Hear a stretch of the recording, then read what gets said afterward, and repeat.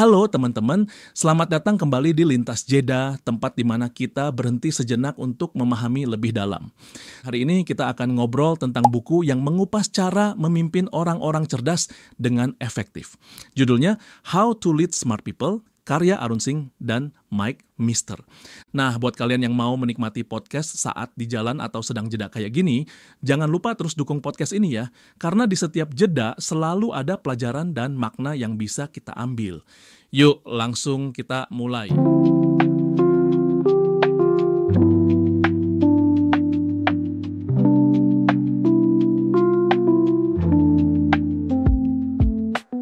Di dalam buku ini, kita diajak untuk memahami bahwa memimpin orang pintar bukanlah sekadar mengarahkan, tapi juga melibatkan seni komunikasi, ketegasan, dan empati. Buku ini membuka dengan konsep dasar mengenai kekuatan ketegasan. Misalnya, ada kisah Angela, seorang senior associate yang harus mempersiapkan presentasi penting untuk konferensi internasional, tepat di saat ia tengah mempersiapkan proyek pribadinya.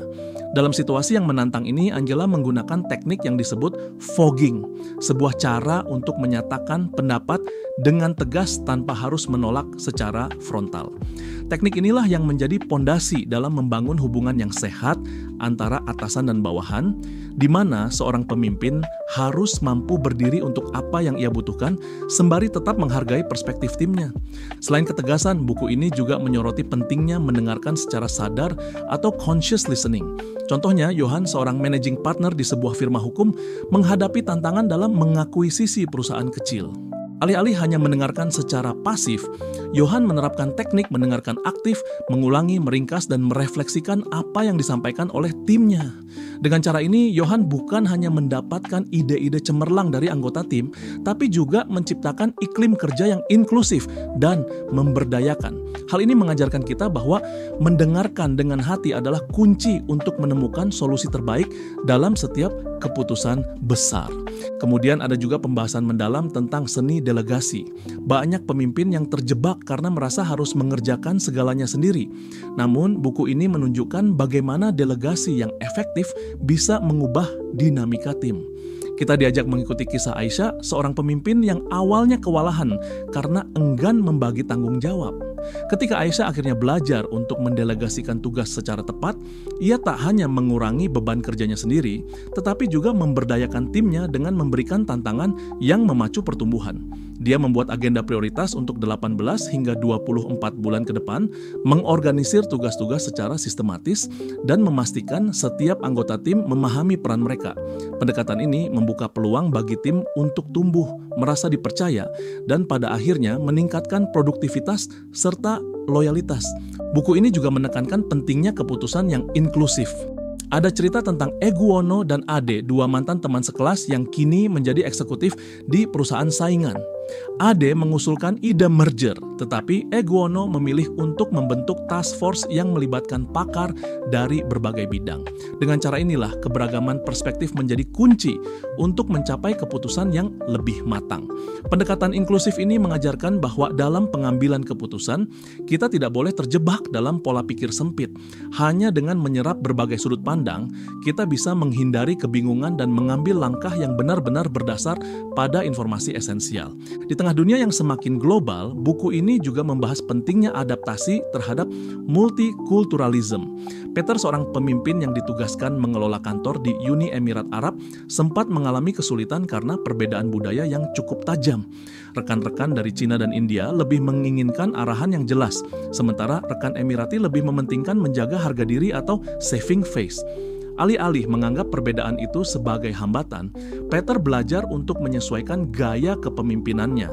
Dia melakukan riset mendalam tentang nilai-nilai dan preferensi rekan-rekan barunya, sehingga akhirnya mampu menemukan titik temu yang membuat seluruh tim merasa dihargai dan termotivasi. Dari sini kita belajar bahwa seorang pemimpin yang sukses harus mampu menangguhkan pandangan pribadinya dan merangkul keragaman untuk menciptakan harmoni dalam tim. Salah satu aspek menarik lainnya adalah kekuatan dari hubungan mentor. Buku ini mengisahkan pengalaman Suki, seorang arsitek muda yang menyadari bahwa ia masih banyak belajar tentang dunia profesional. Dengan mencari mentor, Suki bertemu dengan David, kepala produksi di sebuah perusahaan teknik, yang memberinya wawasan berharga mengenai kepemimpinan dan pengembangan karir. Mentor tidak selalu harus lebih tua atau lebih berpengalaman. Kadang-kadang konsep reverse mentorship, di mana pemimpin belajar dari bawahan atau orang yang lebih muda, juga bisa membuka perspektif baru. Hubungan semacam ini menunjukkan bahwa belajar adalah proses dua arah yang tidak pernah berhenti, dan bahwa dalam dunia yang cepat berubah, kemampuan untuk terus belajar merupakan aset terbesar bagi seorang pemimpin. Tak kalah pentingnya adalah keterlibatan tim dalam merumuskan visi perusahaan. Felis misalnya merasakan peluang untuk mengembangkan spesialisasi baru di firma hukumnya yang berkaitan dengan proyek IT. Alih-alih bertindak sendiri, Felis mengajak seluruh tim untuk merumuskan visi tersebut bersama.